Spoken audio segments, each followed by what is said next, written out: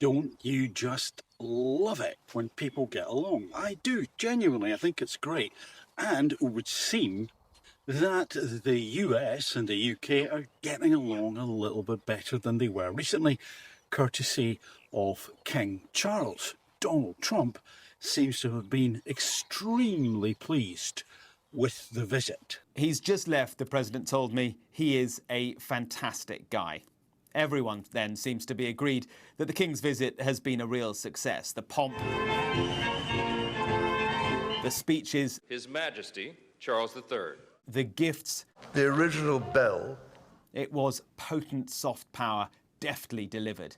And on the speech, the president said it was brilliant, a brilliant speech. It was delivered beautifully, and with that beautiful accent he got a standing ovation. I thought it was fantastic in all respects. Now, just in case you wondered about Keir Starmer's popularity, I think it's fair to say that a lot of people are likely to hold your opinion. It's certainly my opinion. His appeal is universal, or should I say perhaps that his lack of appeal is universal. Here's what Donald Trump thinks about Keir. I asked him if he thinks things with the Prime Minister will improve. He paused for some time here, and then he said, I can't give you an answer to that.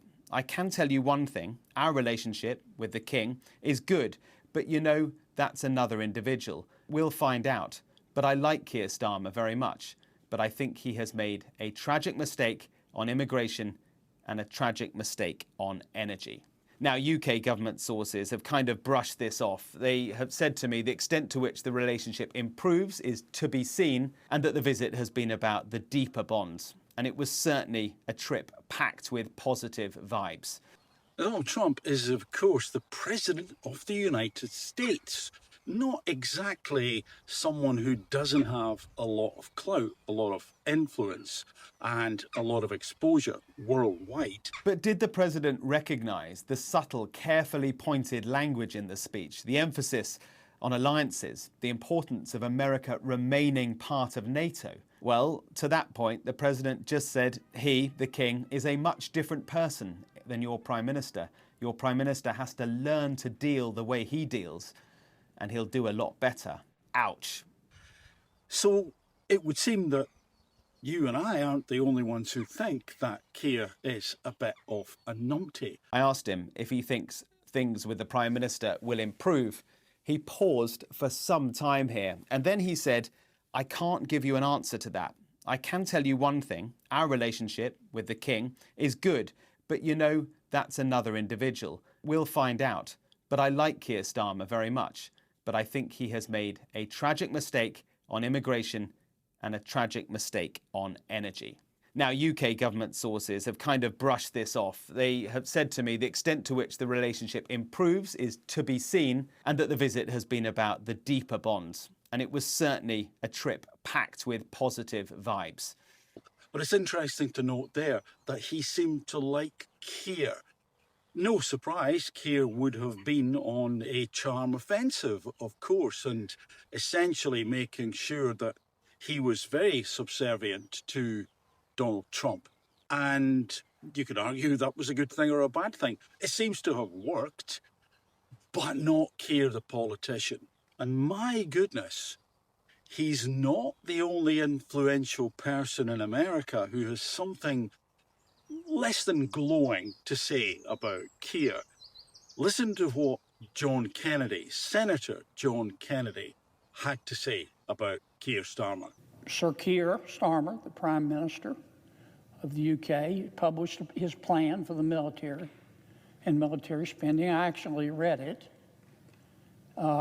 I thought this part was special. Yeah, he's going to start spending more money, but it's back-end loaded. It's not going to happen. They're not going to really spend any serious money until 2030, and I can assure you that Sir Keir will not be around as Prime Minister of the United Kingdom in September or October or January of 2030. He's struggling now. His poll numbers, probably shouldn't say this, but it's true. He's polling right up there with gonorrhea in terms of popularity. It's just a fact. So there we have it. Keir's charisma reaches far and wide, way across the pond. And now, of course, with that perhaps unsurprising news, as we realise that just about everyone who is looking at this Prime Minister is disappointed, to say the least, his position in office is, of course, limited. Now, all of that begs the next question. Perhaps now the biggest question.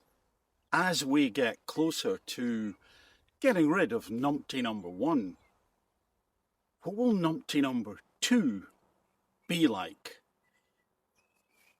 Fingers crossed, because we just might be about to jump from the frying pan to the fire. Don't have nightmares.